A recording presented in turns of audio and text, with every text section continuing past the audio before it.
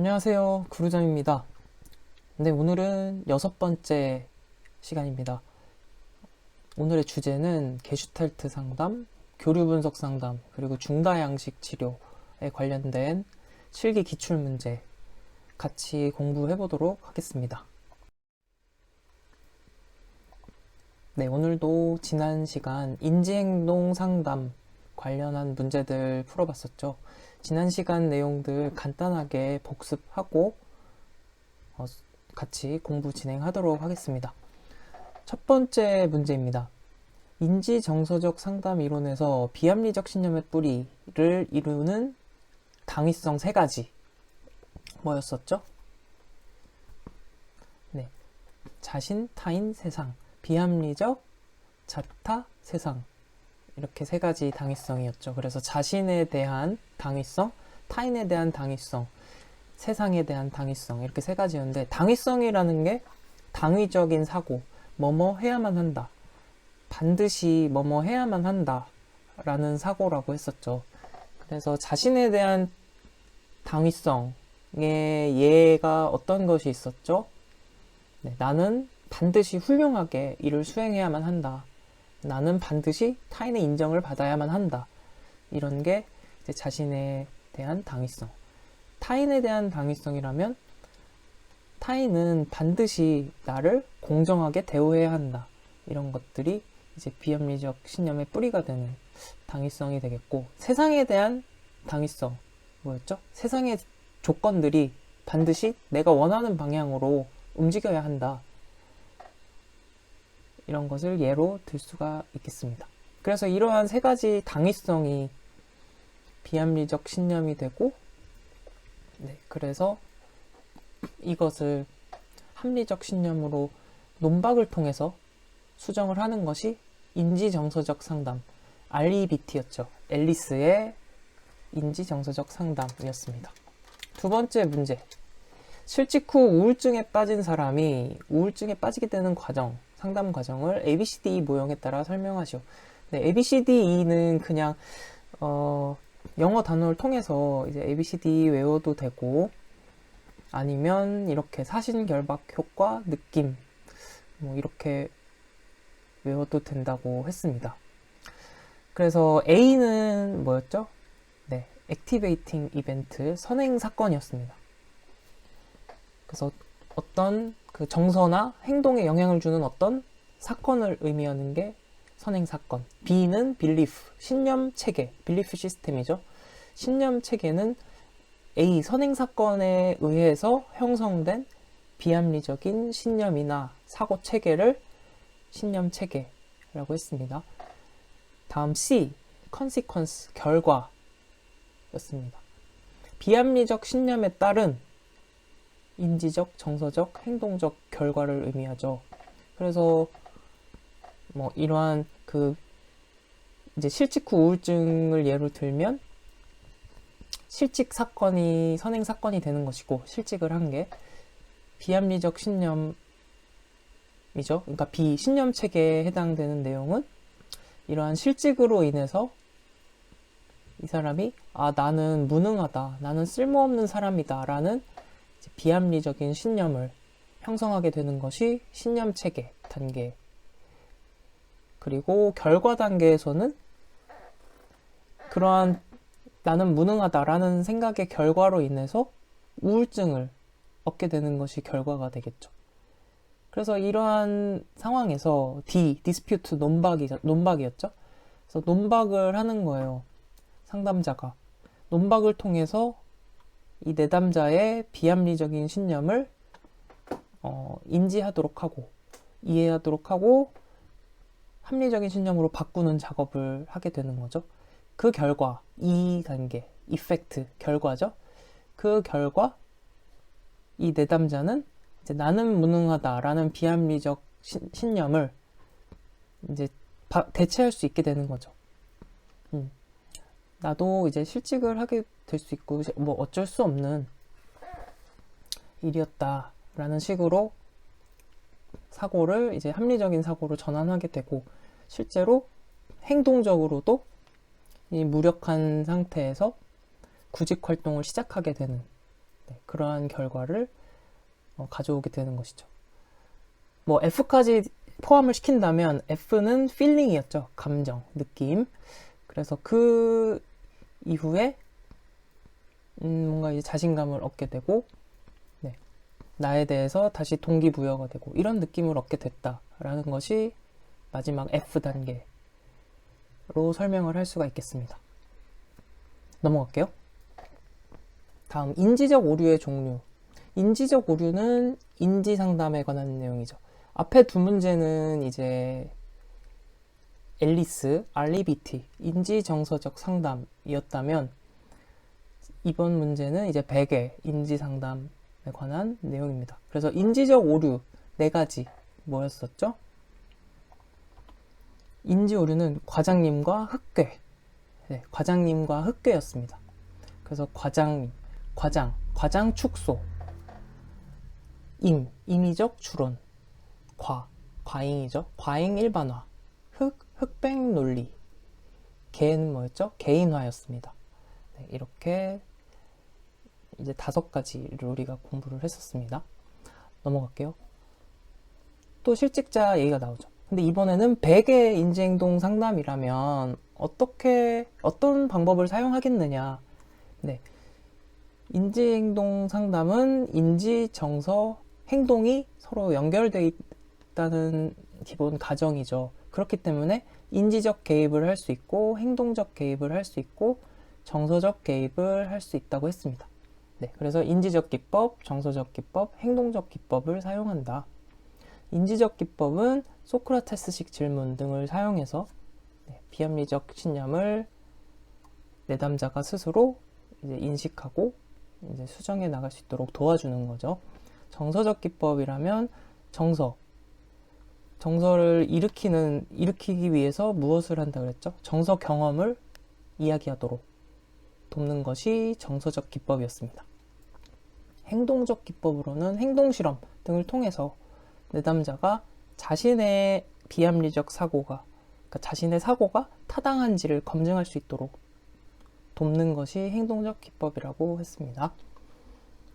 다음, 인지적 명확성의 부족을 나타내는 내담자의 유형 6가지. 인지적 명확성 부족 원인은 양면, 단순, 복구 불가였습니다.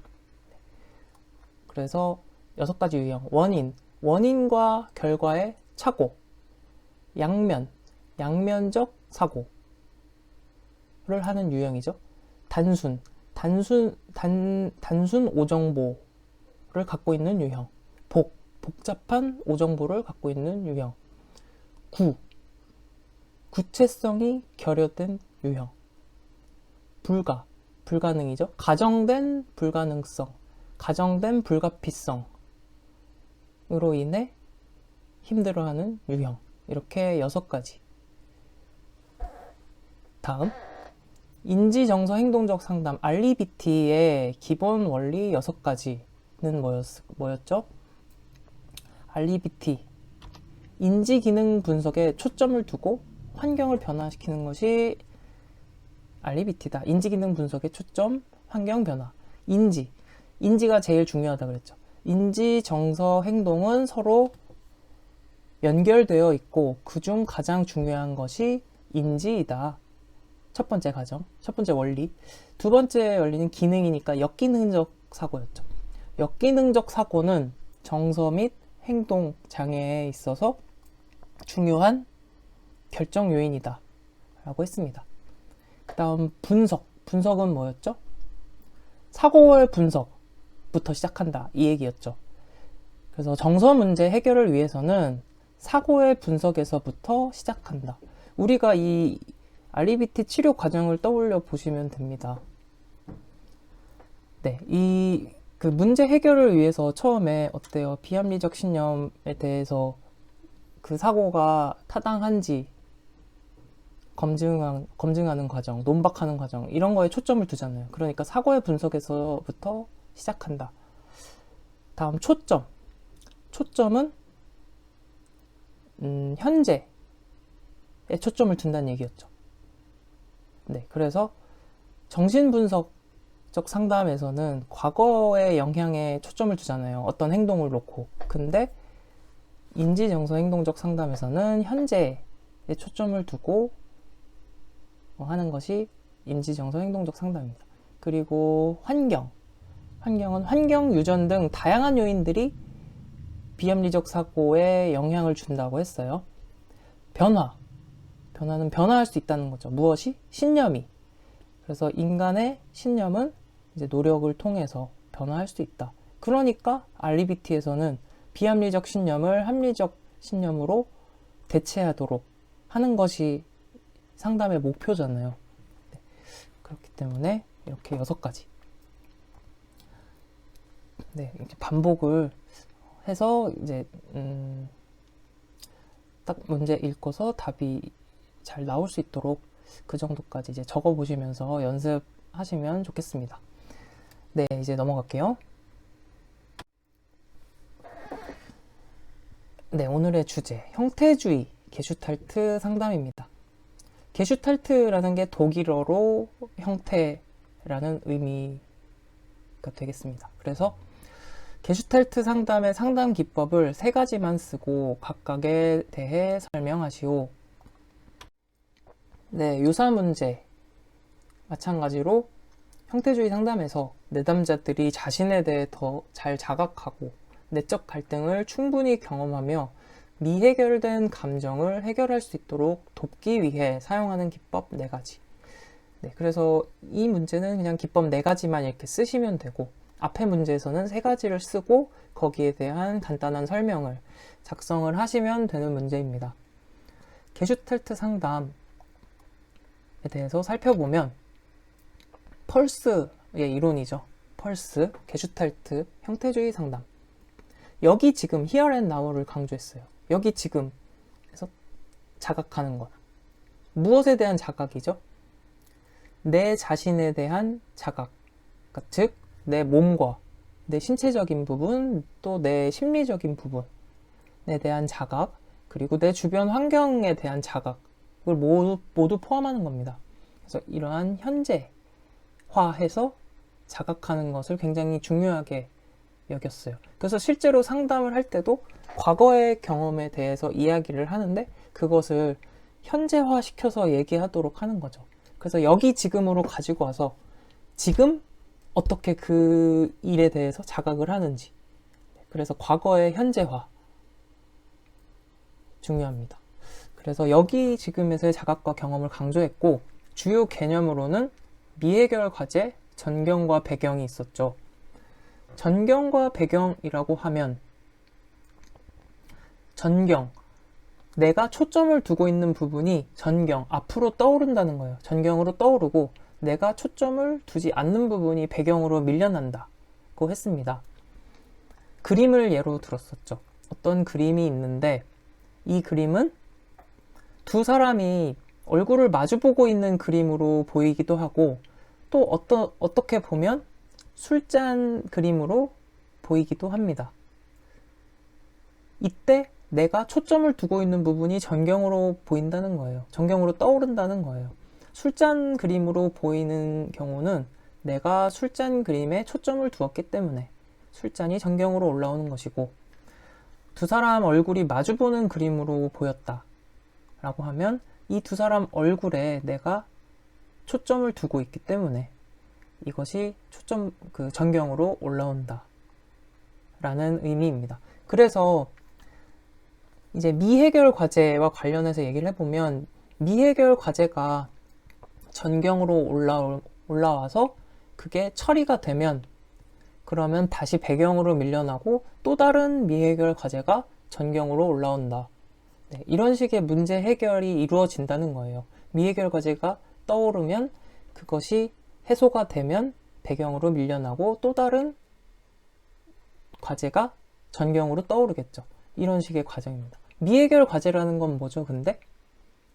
네, 내가 아직 처리되지 못한, 해결되지 못한 무의식이라고 또 얘기를 할 수 있겠죠. 정신분석적 개념으로 보면 그러니까 내 마음 안에 해결되지 않은 감정이나 욕구들이 있잖아요. 그것을 이제 미해결 과제라고 합니다. 그래서 그게 겉으로 표출되지 않고 내 마음 안에 이제 갇혀있는, 억압되어 있는 그런 감정이나 욕구를 미해결 과제라고 합니다. 그것이 이제 전경으로 떠올라서 해소가 되면 또 다른 미해결 과제 전경으로 떠오르고, 그래서 이렇게 전경과 배경의 교체가 계속 끊임없이 이루어지면서 문제가 해결되는 과정입니다. 그것이 게슈탈트 상담. 그렇기 때문에 자각과 접촉을 중시했어요. 자각은 조금 전에 말씀드렸듯이 나 자신에 대한 자각, 그리고 내 주변 환경에 대한 자각을 모두 포함하는 것이죠. 그래서 나와 내 주변에 대한 자각이 잘 이루어져야 이제 접촉이 되는 거잖아요. 내 주변과 접촉. 그래서 접촉을 증진시키는 게 게슈탈트 상담의 목표입니다. 자각과 접촉을 늘리는 것, 그리고 전체성과 통합을 추구하는 것이 게슈탈트 상담의 목표입니다. 전체성과 통합이라는 것은 결국에 이제 같은 얘기예요. 나와 내 주변 환경을 잘 자각하고 주변 환경과의 접촉을 증진시키잖아요. 그걸 통해서 이제 나의 인격적인 통합, 또 예를 들어 전경과 배경, 이 끊임없는 이렇게 교체를 통해서 결국에는 이것도 하나잖아요. 이 그림, 아까 말씀드린 그림이 결국에는 분리되어 있는 것이 아니라 하나의 전체인데 우리가 초점을 두는 것에 따라서 전경과 배경이 분리되는 거잖아요. 그러니까 궁극적으로는 이 전경과 배경의 끊임없는 교체를 통해서 결국엔 하나로 이제 통합이 되는 거죠. 미해결 과제를 해소함으로써. 그래서 전체성과 통합을 추구하는 것이 게슈탈트 상담의 목표입니다. 그래서 이게 아하 익스피리언스라고 하잖아요. 자각이라는 것은 뭐 이렇게 분석적으로 우리가 자각을 하는 것이 아니라 어느 순간 딱 아하 이런 경험으로 다가오기 때문에 아하 익스피리언스라고도 하지요. 이것이 게슈탈트 상담의 기본적인 이론 치료 과정이었습니다. 그래서 신경증의 층이라는 것은 우리가 가지고 있는 신경증의 층이 있다 그랬어요. 그래서 양파 껍질에 비유를 하는데 이 층들을 잘 벗겨내야지 우리가 이런 미해결 문제들을, 과제들을 해결할 수 있고 온전히 자신의 인격의 통합을 이룰 수 있다 라고 펄스는 이야기하고 있습니다. 그래서 이 5가지 층에 대해서는 뒤에 문제에서 같이 다뤄보도록 하겠습니다. 그리고 자각과 접촉을 강조했다고 했었죠. 실제로 상담 목표도 자각과 접촉의 증진이고요. 네. 그래서 이 주변 환경, 외부와의 접촉을 증진시켜야 되는데 이 자각을 통해서, 그런데 이 접촉이 제대로 되지 않으면 이제 문제가 생기죠. 그 원인, 접촉에 문제가 생기는 원인들이 이렇게 된다는 거예요. 내사, 투사, 용합, 반전, 자의식, 편향 이런 것들이 있는데 정신분석 이론의 방어 기제와도 연관되는 부분도 많이 있어요. 왜 그러냐면 실제로 게슈탈트 상담은 정신분석 이론, 그러니까 정신역동적 이론과도 관련이 되어 있고 또 실존주의와도 관련이 돼요. 네, 펄스는 실제로 처음에 이제 프로이드의 정신분석 이론을 굉장히 좋아했어요. 그래서 프로이드와 이제 프로이드의 영향을 받아서 그랬는데 나중에 이제 돌아서게 되죠. 반 프로이드가 되죠. 네. 그래서 어떤 이론을 이제 이야기를 했는데 프로이드가 굉장히 그걸 깠어요. 네. 그러니까 이제 돌아서게 돼요. 돌아서게 되고 그러고 나서 그 이후에 또 실존주의가 정신분석이 한창 유행한 이후에 이제 실존주의가 좀 영향력이 커진 시기가 있었거든요.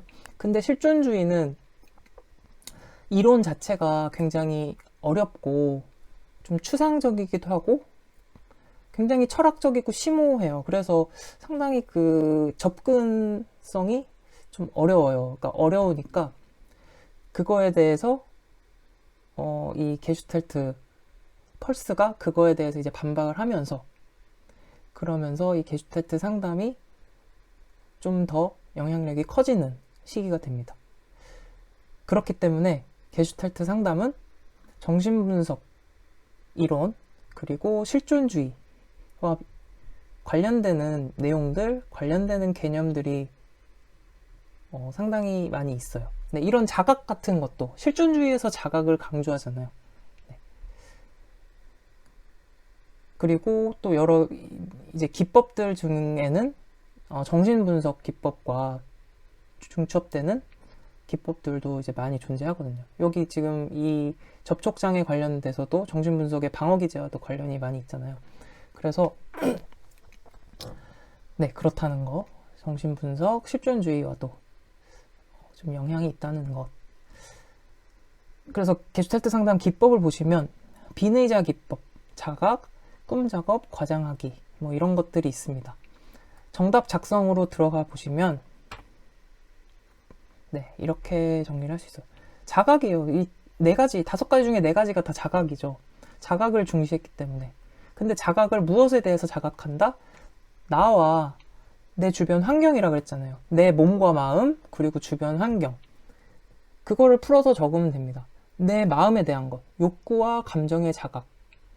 여기 지금, here and now, 여기 지금 느껴지는 나의 욕구와 감정을 자각할 수 있도록 돕는 거죠. 그리고 몸, 신체 자각. 몸과 마음이죠. 그래서 신체 자각은 현재의 신체적인 느낌을 자각하도록 돕는다. 그래서 이 욕구와 감정의 자각은 이제 내 감정을 자각하도록 어떻게 돕느냐, 뭐 지금 어떤 느낌이 들어요? 어떤 기분이 들어요? 이런 식의 질문을 통해서 자각할 수 있도록 도울 수 있고, 신체 자각도 마찬가지로 이제 몸과 마음은 연결돼 있잖아요. 네. 그리고 게슈탈트가 전체성과 통합을 추구하는 거잖아요. 전체성과 통합, 하나라는 거죠. 몸과 마음도 이제 연결돼 있는 하나의 그 총체적인 존재라는 거예요. 그래서 뭐 어떤 사건들을 현재화 시킨다 그랬잖아요. 과거의 현재화. 과거의 어떤 사건들을 얘기할 때, 현재화 시켜서 이야기할 때, 지금 느끼고 있는 것처럼 지금 경험하고 있는 것처럼 이야기를 할 때, 내담자의 신체적인 느낌이 어떤지, 그것을 자각할 수 있도록 돕는 게 이제 신체 자각이라고 할 수 있겠습니다. 세 번째, 언어 자각은 언어적 표현을 수정시켜서 주체적으로 표현하도록 돕는 것입니다. 즉, 이것도 감정의 자각을 돕기 위한 건데요. 주체적으로 표현하도록 돕는다 그랬잖아요. 뭐 우리나 사람들은 어때요? 이렇게 말하는 거를 이제 나로 바꿔서, 주어를 나로 바꿔서 이야기하도록 하는 거예요. 그래서 사람들은 나를 좋아하지 않아요. 이렇게 얘기를 했다면 그것을 주어를 나로 바꿔서 이야기하도록 하는 거죠. 나는 나를 좋아하지 않아요. 이렇게 이야기하면 자신의 감정에 대한 자각이 더 강하게 할 수 있고 더 자각을 증진시킬 수 있겠죠. 그것이 언어 자각입니다. 다음 환경 자각. 환경 자각은 주변 환경에서 체험하는 것을 자각하도록 도움으로써 환경과의 접촉을 늘린다. 즉, 오감에 관한 것이에요. 시각, 시청, 촉, 후미, 시각, 청각, 후각, 촉각, 미각 등 이런 감각으로 어떻게 느끼는지 그거를 이제 도움으로써 환경과 이제 더 생생하게 접촉할 수 있겠죠. 그러면서 내 감정에 대한 자각을 더 높일 수가 있습니다. 환경 자각. 마지막 비의자 기법. 비의자 기법도 정신분석 상담에서 또 사용이 되는 기법이죠. 빈의자의 그 감정적인 관계가 있는 대상이 앉아있다고 상상을 하고 대화를 유도하는 것입니다. 그러면은 빈의자의 그 대상에다가 투사하는 거잖아요. 내 감정을 투사하는 것이기 때문에 나의 감정에 대한 자각을 도울 수 있는 기법입니다. 그래서 이렇게 5가지. 다시 한번 정리하면 내 몸과 마음을 자각하는 거죠. 몸과 마음, 내 주변 환경, 그리고 내 말에 대해서, 그리고 빈의자 기법. 비느자 기법도 이제 감정의 자각을 돕는 기법이라고 했습니다. 이렇게 5가지. 암기는 빈 형태 자각, 형태주의죠. 비느자 기법, 형태주의, 자각은 무엇에 대한 자각? 내 몸과 마음, 네, 감정이 되겠죠. 그리고 신체적 자각, 욕구와 감정의 자각, 말 환경, 언어적 자각, 언어 자각, 환경 자각. 네, 이렇게 5가지. 그래서 이 중에서 4개 쓰라 그러면 뭐 이렇게 4가지만 쓰면 되고, 3가지 쓰고 설명하시오 하면 이렇게 3가지 쓰고 간단하게 설명을 해주시면 되겠습니다. 네, 게슈탈트 상담. 다음 문제로 넘어갈게요. 형태주의 상담의 주요 목표 3가지. 네, 바로 정답 작성으로 들어가 볼게요. 자각, 통합, 책임. 이 3가지를 기억하시면 돼요. 3가지니까. 근데 뭐 5가지 다 기억을 하시면 더 좋겠죠. 변화, 성장, 실존의 삶. 그래서 게슈탈트 상담 목표는 여기 다 나와 있는 거예요. 자각과 접촉을 증진시키는 것. 그리고 통합 추구하는 거죠. 그리고 자신의 책임 증진. 그래서 자각과 접촉 증진을 보면 앞에 기법에서도 봤듯이 내담자가 자신의 욕구 감정을 자각하고 환경과의 접촉을 증진시키는 것이 게슈탈트 상담의 목표입니다. 그렇죠? 그리고 통합은 인격 통합이에요. 인격 통합은 어떻게 이루어져요? 부정적인 측면을 인식하고 수용함으로써. 이게 무슨 말이에요? 전경과 배경 이야기를 했잖아요. 나의 부정적인 측면이라는 것은 어떻게 보면 미해결 과제라고도 볼 수 있죠. 나의 미해결 과제가 전경으로 떠오르잖아요. 그래서 그 전경으로 떠오른 미해결 과제를 해소하고 이런 작업을 계속 반복을 하잖아요. 이렇게 되면은 전경과 배경이 이제 통합이 되는 거죠. 그것을 의미하는 게 인격의 통합이라고 할 수 있습니다. 그래서 인격의 통합을 돕는다. 상담 목표입니다. 다음 책임. 우리 언어적 자각 했잖아요, 방금. 언어적 자각은 뭐예요? 주어를 나로 바꾸는 거잖아요. 그래서 나의 책임을 강조하도록, 인식하도록, 자각하도록 하는 것이었죠. 그래서 자립과 책임 증진. 내담자가 의존성을 버리고 자신의 행동을 스스로 선택하며 책임질 수 있도록 한다. 이것이 자립과 책임의 증진입니다. 변화와 성장. 내담자가 새로운 변화와 성장을 향해 나아가도록 한다. 실존의 삶. 내담자의 실존적인 삶을 촉진한다. 네. 그래서 아까도 말씀드렸지만 정신분석과 실존주의의 그 영향을 받았기 때문에 이런 실존의 삶과 같은 것, 실존주의의 영향이 이제 있는 거죠. 그리고 이런 기법과 관련해서는 정신분석 상담의 영향도 이제 받았고요. 그래서 이제 관련이 있다는 것, 이렇게 정리하시면 되겠습니다. 암기는 형태주의, 목표, 자통책, 네, 형자통책, 자각과 접촉 증진, 통합, 책임이죠. 통합, 책임 증진, 자립과 책임 증진. 그래서 자각과 접촉, 통합, 책임 증진. 이렇게 정리하시면 되겠습니다. 네, 그러면 넘어가겠습니다. 펄스의 게슈탈트 상담 이론에서 인간의 인격은 양파 껍질을 까는 것과 같다고 했다. 인간이 심리적 성숙을 얻기 위해 벗어야 한다고 가정한 신경증 층 3가지를 쓰고 각각에 대해 설명하시오. 네, 신경증의 층, 아까 이야기를 했죠. 벗어야 하는 5가지 층이 있다고 했어요. 피상층, 공포층, 곤경층, 뇌파층, 폭발층, 외파층이라고도 하고요. 외적 파열층이라고도 합니다. 정답 작성으로 바로 들어가겠습니다. 첫 번째 피상층. 피상 제일 껍데기예요. 제일 겉에 있는 거예요. 그래서 허위층이라고도 하는데 거짓이라는 거죠. 가장 외부의 층으로 형식적인 규범에 따라 피상적인 반응을 한다. 이 피상층에서는요. 그래서 가장 껍데기, 가장 거짓된 그런 부분이 피상층입니다. 두 번째 연기층, 공포층. 자신의 욕구보다는 부모나 주위 환경의 기대 역할에 따라 행동하며 살아가는 층입니다. 연기라는 것은 여기서는 이제 진짜 연기예요. 롤플레잉. 네. 그래서 영어로도 롤플레잉 레이어 이렇게 돼 있거든요. 연기를 한다는 것이죠. 자신의 욕구에 따라 행동하고 사는 게 아니라 부모나 주위 환경의 기대 역할에 따라 행동하는 것이죠. 그래서 연기한다라고 해서 연기층. 그 다음 교착층. 네, 곤경층이라고도 합니다.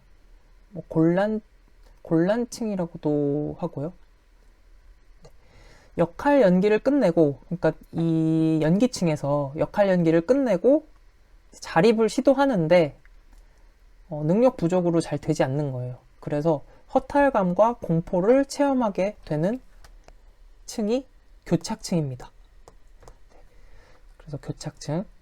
다음 내적 파열층, 내파층이라고도 하는데 자신의 감정이나 욕구를 인식하지만 이것을 표출하지 못해요. 그래서 안으로 억압하는 상태. 그러니까 내적으로 이게 폭발하는 거죠. 그래서 내적으로 억압한다 해서 내파층. 마지막 외적 파열층, 외파층이라고도 합니다. 자신의 감정이나 욕구를 이제 억압하지 않고 표출하는 상태가 된 거죠. 이렇게 5가지 층이 있습니다.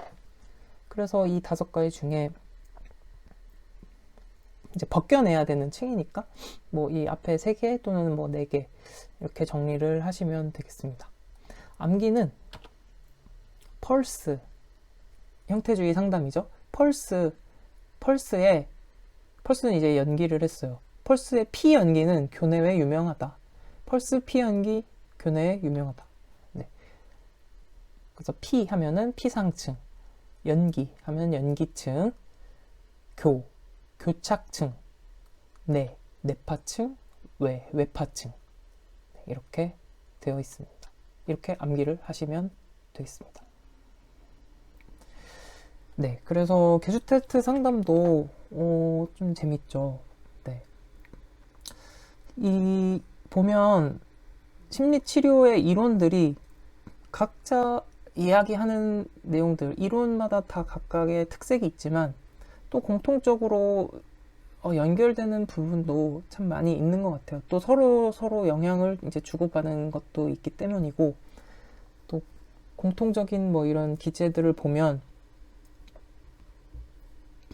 비슷한 부분이 참 많은 것 같아요. 뭔가 현재 경험을 중시하는 것, 현재에 초점을 두고 이런 부분들 보면 이거는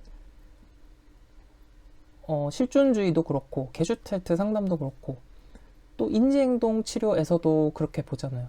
과거의 영향보다도 현재에 초점을 두고 지금 느끼는 것, 네, 이런 것들 이제 강조하고, 실제로 인지행동 치료, 우리는 100의 인지 상담을 공부를 했지만 좀 새로운 최근 들어서의 경향은 이제 마음 챙김이라고 들어보셨을 거예요. 그래서 마음 챙김, 뭐 명상 이런 걸 강조하잖아요.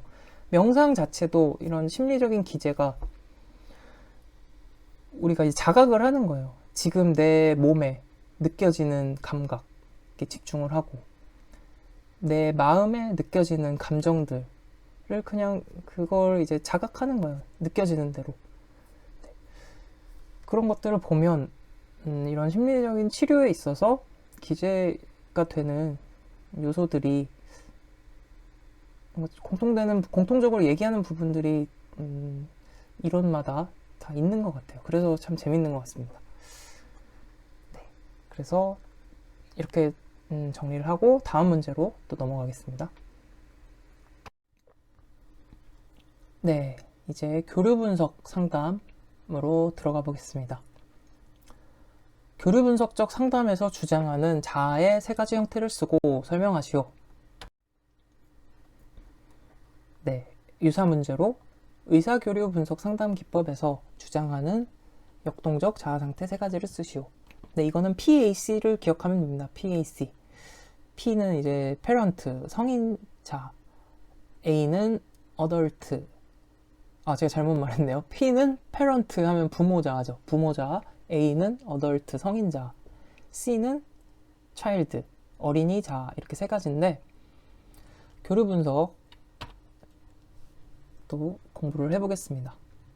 네, 교류 분석에서의 이제 주요 개념은 잘못된 초기 결정, 그리고 상호작용에 초점을 두는 거예요. 당연히 건강한 상호작용도 있겠지만 이제 건강하지 못한 상호작용을 교류 분석에서는 진실하지 못한 상호작용 방식이라고 했어요. 그래서 이 두 가지가 중요한 원인이 되는 거예요. 이 심리적 어려움의 주요 원인. 그래서 어린 시절에 부모님의 부정적인 명령, 금지 명령, 이런 것들이 이제 잘못된 초기 결정과 관련이 되는 이야기예요.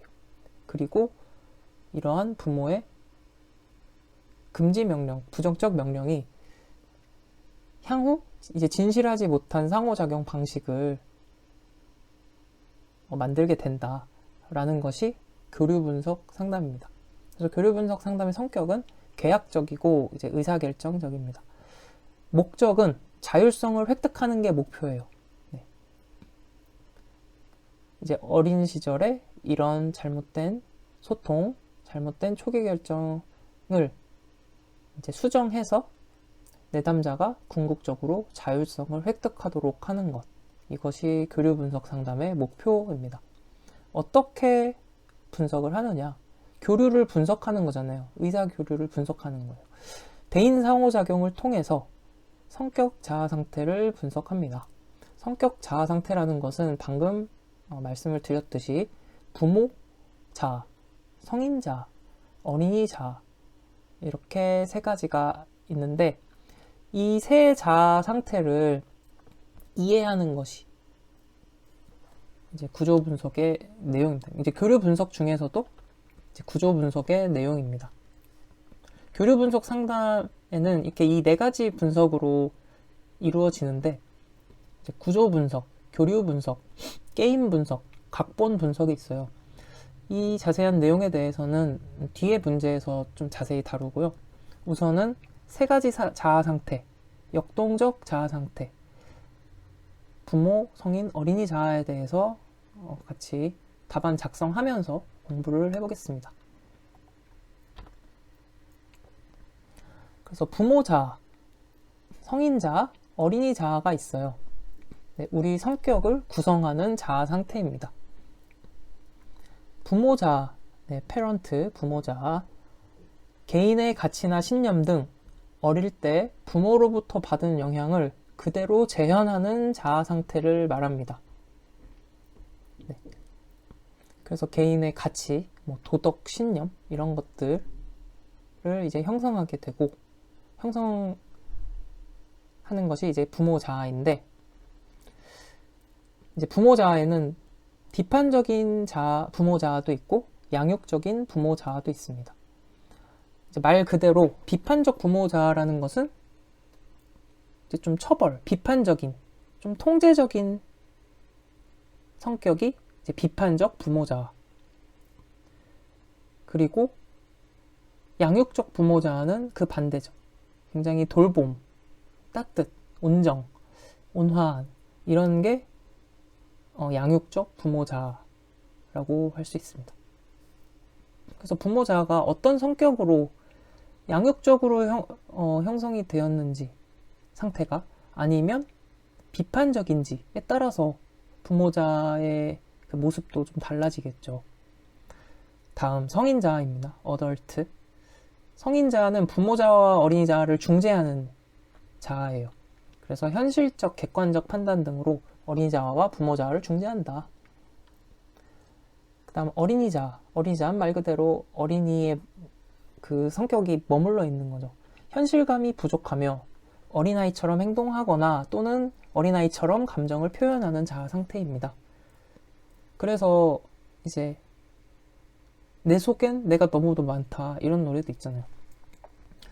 우리는 아무리 나이를 먹고 그래도 아무리 나이가 들어도 결국에는 어린이의 마음이 다 있고 건강한 적절한 마음도 있지만 또 부모 자아의 마음도 있습니다. 이렇게 다양한 마음을 내 속에는 내가 이렇게 많습니다. 그런 거를 이제 이해를 하시고 나 자신에 대해서 이제 이해하는 것이 중요하겠습니다. 그래서 자아 상태 3가지 하면은 부모, 성인, 어린이 자아 이렇게 정리를 하시면 되고요. 그래서 이거는 교류 분석 이제 PAC를 기억하시면 됩니다. 네. 이렇게 정리를 하고 이제 다음 문제로 넘어가도록 하겠습니다. 그리고 어린이 자아에서는 아까 부모 자아에서는 이제 비판적인 부모 자아 상태도 있고 양육적인 부모 자아도 있다 그랬잖아요. 2가지 상반되는. 어린이 자아도 마찬가지입니다. 어린이 자아는 이제 순종적인, 수능적인 어린이 자아도 있고 자유로운 어린이 자아도 있습니다. 그래서 자유로운 자아는 말 그대로 좀 창의적이고 자유롭고 반면에 조금은 좀 자기 중심적일 수 있고 이런 자아 상태를 말하고 수능적인 어린이 자아는 순종적이고 좀 의존적이고 반면에 좀 소극적일 수 있죠. 네, 이런 성격을 나타내는 자아가 수능적 어린이 자아. 그래서 수능적이냐 자유롭냐에 따라서 이 어린이 자아의 상태의 성격도 이제 달라질 수가 있겠습니다. 그래서 교류 분석 PAC 이렇게 정리를 하고 넘어갈게요. 교류 분석에서 내담자 이해를 위한 분석 유형 3가지를 설명하시오. 유사 문제 마찬가지 같은 문제입니다. 상담자가 내담자를 조력하기 위해서 할 수 있는 생활을 분석할 때 사용할 수 있는 분석 유형 3가지를 쓰시오. 그래서 교류 분석 상담에서 사용할 수 있는 분석 유형 3가지 하면은 이 4가지 중에 3개를 적으시면 됩니다. 구조 분석, 자아 구조 분석이라고도 하는데 우리가 앞서 살펴봤던 부모 자아, 성인 자아, 어린이 자아 이 3가지 성격 자아 상태를 분석하는 것을 말합니다. 즉 성격 자아 상태의 기능, 내용을 파악하는 것이 구조 분석. 2번째 교류 분석, 의사 교류 분석이라고도 하는데 상보 교류, 교차 교류, 이면 교류가 있어요. 이게 의사소통 방식입니다. 이 3가지 교류 방식 중에 어떤 의사소통을 하고 있는지를 파악하는 것이 교류 분석입니다. 예를 들어서 얘기를 해볼게요. 룰루와 랄라라는 친구가 있습니다. 룰루, 랄라. 룰루도 랄라도 성격 자아 상태 3가지가 있겠죠? 부모, 자아, 성인 자아, 어린이 자아. 랄라도 마찬가지. 부모 자아, 성인 자아, 어린이 자아. 룰루가 랄라에게 물어봅니다. 랄라야, 지금 몇 시야? 랄라는 대답을 합니다. 지금 10시야. 이렇게 성인자끼리 이제 소통이 되는 거죠. 룰루가 예상했던 대로 랄라가 대답을 한 거예요. 그쵸? 그래서 이런 소통을 이제 상보교류, 평행교류라고 합니다. 상호 지지적인 소통이죠. 룰루가 예상한 대로 랄라가 대답을 하는. 서로 평행하잖아요. 그래서 평행교류라고도 합니다. 그래서 가장 건강한 소통 방식이라고 할 수 있습니다. 그런데 이제 교차교류를 살펴볼게요. 교차교류. 룰루가 랄라에게 물어봅니다.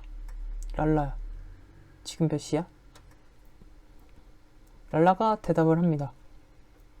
넌 시계가 없니? 내가 네 시계야? 룰루는 당황을 하죠. 예상하지 못했던 반응이 온 것입니다. 지금 소통이 화살표를 보시면 서로 충돌하고 있잖아요. 네, 상호 충돌하는 교류를 교차 교류, 화살표가 서로 교차한다고 해서 교차 교류라고 합니다. 마지막 이면 교류. 이면 교류는 룰루가 랄라에게 이야기합니다. 랄라야, 지금 몇 시야? 랄라는 대답을 합니다. 아직 10시가 안 됐어. 겉으로 보기에는 네, 상보 교류랑 똑같아 보이죠. 그런데 여기에는 속뜻이, 숨은 속뜻이 있었어요. 룰루가 랄라에게 지금 몇 시야? 라고 물어봤을 때 그 속뜻의 의미는 너 너무 늦은 거 아니니? 라고 지금 어린이 자아가 화살표를 날린 거죠. 그러면은 랄라의 대답, 랄라는 아직 10시 안 됐어 라고 대답을 했지만 그 속뜻은 그래도 일찍 온 거야, 너무 뭐라고 하지 마 라는 거죠. 그래서 이제 겉으로 보기에는 상보 교류와 같아 보이지만 이면에 숨은 메시지가 있다는 거예요. 그게 이제 이면 교류가 되겠습니다. 그래서 이 세 가지 교류 유형을 파악하는 것이 교류 분석이 되겠습니다. 네. 됐고, 이렇게 교류 분석 됐고요. 이제 게임 분석으로 넘어가 볼게요. 게임 분석은 우리 봤던 교류 분석에서 이 세 가지 교류 유형 중에 이면 교류에서의 라켓 감정과 게임을 깨닫도록 한다 그랬어요. 그럼으로써 자아 상태의 전환을 돕는다. 그러니까 부정적 자아에서 긍정적인 상태로 전환하도록 한다는 거죠. 어떻게? 라켓 감정과 게임을 깨닫도록 함으로써. 자, 이면 교류에서의 라켓 감정 무엇이냐? 내 진짜가 아니고 진짜겠죠? 내 진짜 감정이 아니라 부모가 허용한 감정을 표현하는 거예요. 어린 아이가 화가 나면은 화를 내고 울잖아요. 그런데 애가 화를 내고 울면은 부모님이 야단을 쳐요. 부모님이 야단을 치니까 아이는 그 이후로 화가 나도 화를 내지 않고 꾹 참고 막 눈물이 나는데 억지로 꾹 참아요. 부모님이 칭찬을 해요. 그러면 아이는 어떻겠어요? 그 이후로 화가 나도 엄마 앞에서는, 아빠 앞에서는 화를 안 내요. 울지를 않아요. 그게 라켓 감정입니다. 부모가 허용한 감정만 표현하는 거죠. 아이의 진짜 감정이 아닙니다. 네. 게임이라는 것은 이러한 울지 않고 화내지 않고 참는 것, 이렇게 만드는 이면 교류예요. 이게 뭐예요? 부모님이 뭔가 이렇게 화를 내는 거죠. 암묵적으로, 묵시적으로 화를 내는 그런 교류, 이게 게임이죠. 이런 게임이 라켓 감정을 만들어내는 겁니다. 그래서 아이는 이러한 라켓 감정과 게임을 가진 상태로 이런 식의 소통 방식을 갖게 될 수 있다는 거죠. 성인이 되어서도. 그래서 이게 게임 분석입니다. 이거를 깨달음으로써 좀 긍정적인 자아 상태로 전환을 할 수 있다는 거예요. 자, 마지막 각본 분석. 각본 분석이라는 것은 이제 생활 각본 분석, 스크립트 분석이라고도 하는데, 이제 인생을 이렇게 보는 거예요. 인생은 각본에 따라 연기하는 거다라는 관점으로 본 거예요. 생애 초기에 형성된 생활 각본을 분석하는 것. 생활 각본이라는 것은 그러니까 생활 스크립트죠. 내 인생, 내 생활에서 이 각본대로 이제 연기하는 거야. 즉, 생애 초기에 있어서 개인이 경험하는 외적 사태들, 외적 사건들에 대해서 자신의 해석을 토대로 결정되고 형성된 반응 양식. 어린 시절에 부모의 금지 명령에 대한 반응에서 비롯된 초기 결정을 토대로 합니다. 그러니까 어린 시절 형성된 반응 양식, 행동 양식이라고 보시면 되겠습니다. 그래서 이러한 생활 각본을 분석하는 것이 그러니까 이해하고 나의 생활 각본이 어떻게 형성이 되었고 기능하는지를 이해하고 파악하는 것. 그게 각본 분석이 되겠습니다. 그래서 이러한 각본 분석을 통해서도 이제 라켓 감정 게임을 밝혀낼 수도 있는 것이고요. 이것이 교류 분석 상담 안에서 이제 사용할 수 있는 분석 유형들이 되겠습니다. 정답 작성으로 들어가 보면 구조 분석. 성격을 이루는 부모자아, 성인자아, 어린이자아 상태를 분석하는 것. 교류 분석. 두 사람 간의 의사소통 과정에서 나타나는 세 가지 교류 유형, 상보, 교차, 이면 교류를 분석하는 것이 교류 분석. 게임 분석은 부정적인 결과를 초래하는 라켓 감정, 게임을 깨닫도록 해서 긍정적 자아 상태로 전환하는 과정이죠. 각본 분석. 자기 제한적인 각본 신념. 각본 신념이라는 것은 이 각본을 형성하는 생활 각본을 이루는 기본적인 신념이라는 거예요. 예를 들면은 인지 상담의 비유를 하자면 이제 비합리적 사고, 비합리적 신념과 관련이 유사하다고 볼 수 있겠죠. 이러한 각본 신념에 의해서 생활 각본이 만들어지는 거죠. 그래서 자기 제한적인, 부정적인 각본 신념을 깨닫도록 해서 효율적인 신념으로 변화시키는 과정이 각본 분석입니다. 네. 조금 생소하실 수 있을 것 같아서 조금 자세하게 살펴봤습니다. 이렇게 정리를 해주시면 되고요. 그래서 교류 분석 PAC, 아까 앞에서 성격 자아 상태 세 가지, 교류 분석 PAC, 그리고 조류 게임 각본, 이렇게 보시면 되겠습니다. 조류 게임 각본, 구조 분석 류, 교류 분석 게임 분석, 각본 분석, 구조 분석 조 구조 분석 류, 교류 분석 게임 분석, 각본 분석, 이렇게 네 가지. 다음 넘어갈게요. 교류 분석 상담에서 개인의 생활 각본을 구성하는 주요 요소인 기본적인 생활 자세 4가지를 쓰고 설명하시오. 우리가 방금 봤던 교류 분석 상담의 4가지 유형 중에서 마지막으로 살펴본 각본 분석 있었죠. 생활 각본 분석. 여기에서 이야기하는 기본적인 생활 자세에 대한 문제입니다. 바로 정답 작성으로 들어가 보면 생활 자세는 4가지예요. 자타 긍정, 자타 부정, 그리고 자기 긍정, 타인 부정, 자기 부정, 타인 긍정, 이렇게 4가지입니다. 그래서 자기 긍정, 타인 긍정의 생활 자세는 나에 대해서도 긍정적, 타인에 대해서도 긍정적이니까 타인을 있는 그대로 수용한다.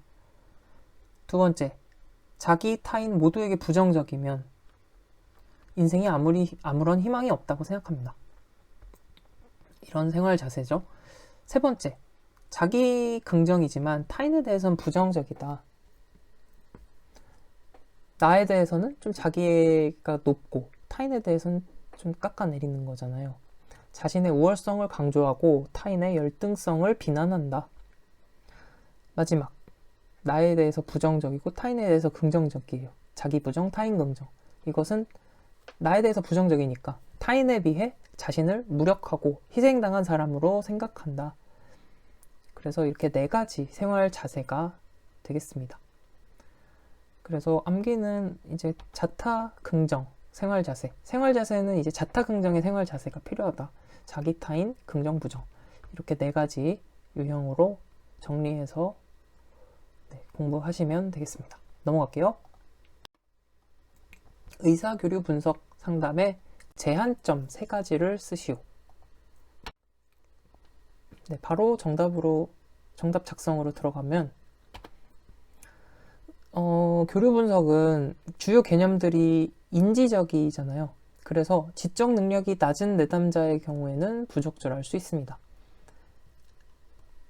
네, 이런 교류 과정, 우리 공부한 내용들을 떠올려 보면 되죠. 뭐 각본 신념, 뭐 의사교류 분석, 그 교류 상태를 보는 거죠. 의사소통 과정에 대한 것, 그리고 또 뭐 자아 상태, 이런 거를 이해하고 파악하려면 좀 인지적 능력이 어느 정도 있어야 되잖아요. 그 다음, 주요 개념들이 추상적이잖아요. 그래서 실제 적용에 어려움이 있다. 또한 과학적 증거가 충분하지 않은 편이다. 그래서 제한점 3가지 이렇게 정리를 하시면 되겠습니다. 교류 분석은 과학적 추인이 없다. 네. 추인이라는 말은 이제 좀 법률적으로 많이 사용되는 용어로 알고 있어요. 이제 추후 인정한다. 뭐 소급 적용할 때 이제 추후 인정한다. 법률적인 부분에 있어서 이런 이야기인데, 교류 분석은 과학적 추인이 X, 제한된다. 네, 제한점이니까 과학적이지 않다는 거죠. 추상적이다. 그래서 적용이 어렵다. 인지적 능력이 필요하죠. 그래서 지적 능력이 부족한 내담자는 부적절하다. 이렇게 3가지 정리하시면 되겠습니다. 이렇게 해서 교류 분석 상담 문제를 다 정리를 해봤고, 네, 이제 마지막 문제로 넘어갈게요. 중다양식 치료입니다. 중다체계 치료라고도 하고 다중체계 치료라고도 합니다. 네, 라자루스의 중다양식 심리치료인데요. 베이직 아이디, 네, 뭐 출제된 게 이거 하나니까 이제 이것만 기억을 해두셔도 됩니다. 그래서 간단히 좀 살펴볼게요. 중다양식 치료, 중대체계 치료, 네, 멀티모달 테라피입니다. 말 그대로 모달, 양식이 멀티, 여러 개라는 거죠. 쉽게 말해서 내담자 치료를 하는 데 있어서 효과가 있겠다 싶은 기법은 뭐든 다 갖다 쓰는 거예요. 네. 그래서 기법적 절충주의라고 하는데, 이게 무슨 얘기냐, 내담자에게 도움이 된다면 정신역동 기법이든 뭐 게슈탈트 기법이든 인지행동적 기법이든 행동주의 기법이든 어떤 기법이든 다 가져다가 사용할 수 있다는 거예요. 목적은 치료가 목적이니까 내담자에게 효과가 있다면 뭐든 어떤 기법이든 활용할 수 있다. 치료자의 융통성, 가변성을 강조하는 치료죠. 그래서 이 중다양식 치료는 평가 방법이 이제 베이직 아이디라고 합니다. 다중양식적 평가. 그러니까 다중적으로 평가한다는 거죠. 여러 차원에서 베이직 아이디 차원으로 평가를 하는 거예요. 그래서 베이직 아이디라고 하면 behavior, 행동, A는 affect, 감정, 정서, S, sensation, 감각, I, imagery 해서 심상, C는 cognition, 인지, I는 interpersonal relationship 해서 대인관계, D는 drugs and biology예요. 약물, 생물학. 그래서 이렇게 7가지 영역으로 각 영역에 대해서 평가를 하는 거예요. 내담자를 치료하기 전에 평가를 거치잖아요. 평가라는 것은 이제 진단 과정이라고 이해하시면 됩니다. 그래서 행동적인 영역에서 평가를 하는 것이고, 정서적인 영역의 어떤 문제가 있는지 평가, 감각적, 심상, 이렇게 7가지 영역에 대해서 평가하고, 마찬가지 이 7가지 영역에 대해서 평가를 했으니까 치료 역시, 개입 역시도 각 영역에 대해서 개입을 하는 거죠. 네, 이렇게 다중양식적으로 평가 및 개입을 하는 것이 중다양식 치료입니다. 정답 작성으로 들어가면, 그래서 이거 내용을 그냥 적어 주시면 돼요. 베이직 아이디. B, behavior, 행동 영역에서의 평가 및 개입. 그래서 정답 쓸 때 굳이 이 영어는 안 적으셔도 되겠죠. 혹시 뭐 이렇게 틀릴 수도 있으니까 그냥 알고 이해를 돕기 위해서 이렇게 적어 놓은 거고요. 그냥 B 하면 행동 영역에서의 평가 및 개입. A. 정서 영역에서의 평가 및 개입. C. 감각, 심상, 인지, 대인관계, 약물 및 심리적 요인. 그래서 각각 간단히 보면 행동 영역에서의 평가라고 하면 뭐 운동이 부족하더라, 내담자가. 뭐 내담자 음주가 좀 과도하다. 뭐 이런 부분을 평가할 수 있겠죠. 정서 관련해서는 뭐 분노감이 높다. 뭐 두려움이 강하다. 이런 부분. 또 감각 영역에서의 평가라고 하면은 통증 같은 게 있겠죠. 두통, 위통을 내담자가 경험하고 있다. 심상 영역에서의 평가라고 하면 뭐 실패나 죽음에 대해서 이제 심상적으로 나타난다. 뭐 이런 것들.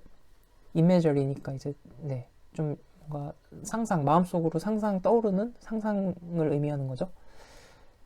인지 영역에서의 평가라고 하면 예를 들어서 뭐 완벽주의가 좀 있다. 부모에게서 좀 유기될까봐 두려움이라면 정서가 되겠네요. 부모에 대한 인정을 뭐 지나치게 추구한다. 이런 것들이 인지 영역이 되겠고, 대인관계 영역에서의 평가라고 하면 뭐 회피적인 대인관계 성향을 띈다. 뭐 수동 공격적인 대인관계 성향을 띈다. 이런 부분이 평가될 수 있겠고, 약물 및 생리적 요인과 관련해서는 약물 처방, 약물 치료가 이제 필요할 수 있다. 약물학적 개입이 필요할 수도 있다. 이런 부분을 평가하는 것이 그 D에 해당하는 내용이 되겠습니다. 그래서 이렇게 베이직 아이디 7가지 다중 양식으로 평가 및 개입하는 것이 중다양식 치료의 베이직 아이디입니다. 이렇게 정리하시면 됩니다. 그래서 다중이 아이디는 베이직 아이디, 다중 양식 치료, 중다양식 치료는 베이직 아이디다. 다중이 아이디, 베이직 아이디, 이렇게 정리를 하시면 되겠습니다. 네, 오늘은 여기까지 내용이 되겠고요. 좀 영상이 조금 길어졌네요. 네, 정말 장시간 고생 많으셨고, 차근차근 다시 복귀하시면서 이해 안 되시는 부분이 있으면 다시 돌려보시면서 차근차근 이해하시고 암기까지 잘 정리하시기를 바라겠습니다. 정말 고생 많으셨고요. 혹시 도움이 되셨다면 좋아요랑 구독도 눌러주시면 정말 감사하겠습니다. 다음 영상으로 다시 찾아뵙겠습니다. 감사합니다.